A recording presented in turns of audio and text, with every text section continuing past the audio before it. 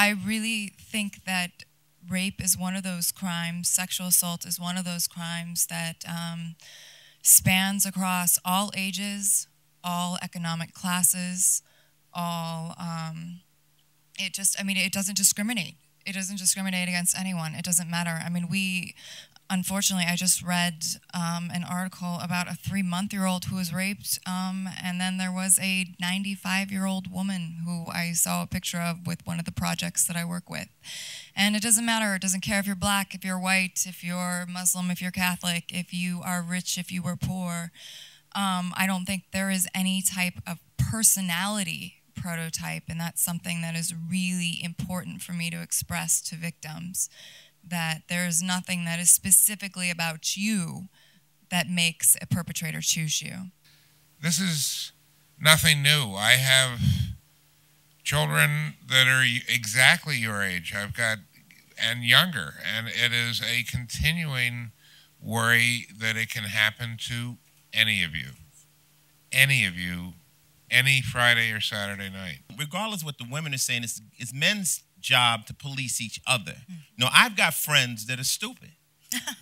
That you have to say, nah, dude, that's not cool.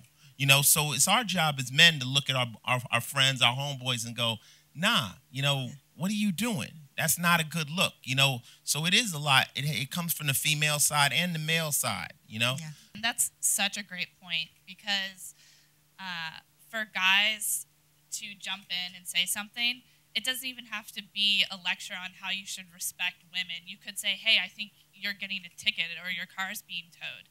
Anything to diffuse that situation is a step in the right direction. And, you know, maybe those conversations about treating women with respect can come later.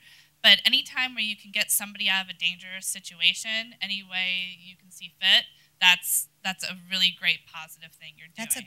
My number one thing that I always recommend to women, because we hear all these things when you're on a college campus. You hear, you know, watch your drinks, you know, don't leave your drinks alone, don't go anywhere by yourself, carry your rape whistle. I had my rape whistle with me, actually, when I was raped. But the number one piece of advice that I give is to trust your gut.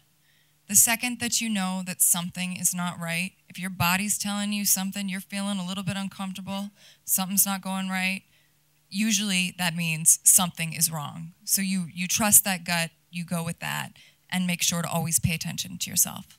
When we have folks who come to our hotlines and say, I was at a party, something happened, I was drunk, I'm not quite sure what happened, but I know that what happened is something that I didn't want to happen. There's nothing gray about that. We're not speaking from a legal perspective. I am not speaking as an expert on the 50 state statutes of what rape and sexual assault is. But if something happened that you did not want to happen, whether you were passed out or whether you're just too drunk to consent, that's not okay, and there's help and resources out there for you. And also keep in mind that just because you were drinking doesn't mean that you deserve to be assaulted. It doesn't justify any type of assault. And there are resources, even if you choose not to report to the police and go down that path. This is a punk crime.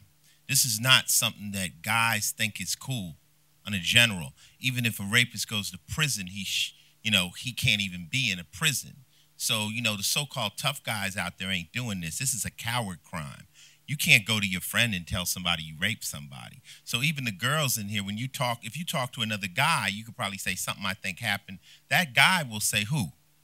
Where? It's not a cool or a hip crime. I mean, there's things out there that guys don't snitch. You know, this does not apply to rape, child molestation, and stuff like that.